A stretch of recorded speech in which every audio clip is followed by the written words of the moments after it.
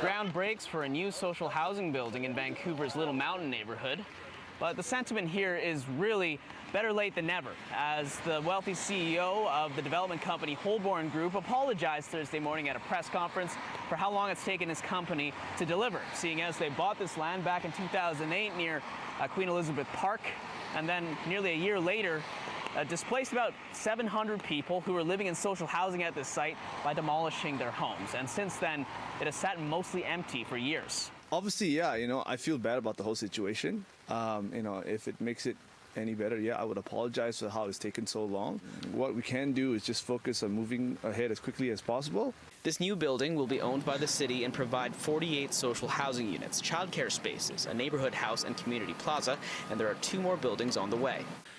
We have the opportunity to do 2 things. We can litigate the past and come up with reasons why we can't do it and get really positional, or we can say, look, there are a lot of people that need housing here, and let's make some hard decisions. CEO Ju Kim Tia says all 282 units of social housing in the pipeline will be occupied by late 2026. And those of us who've been listening to the promises for the last 17 years know what you can do with that promise. Back when he was MLA, David Chudnovsky went to bat for the tenants that had to leave their homes, and some of them lived there for generations. It's pretty easy for him to say he's sorry.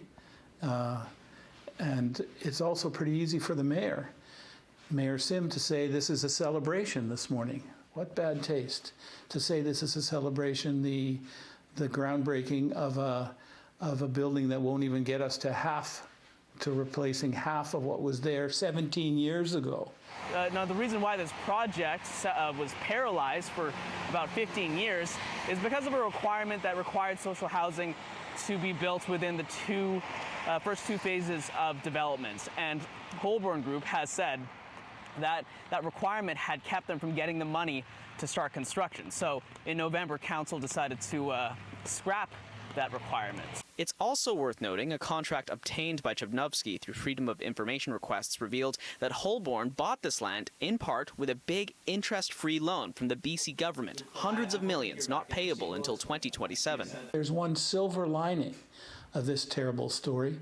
It's that this kind of sweetheart deal, this kind of development deal is never going to happen again because people will remember what happened at Little Mountain. In Vancouver, Kier Junos, City News.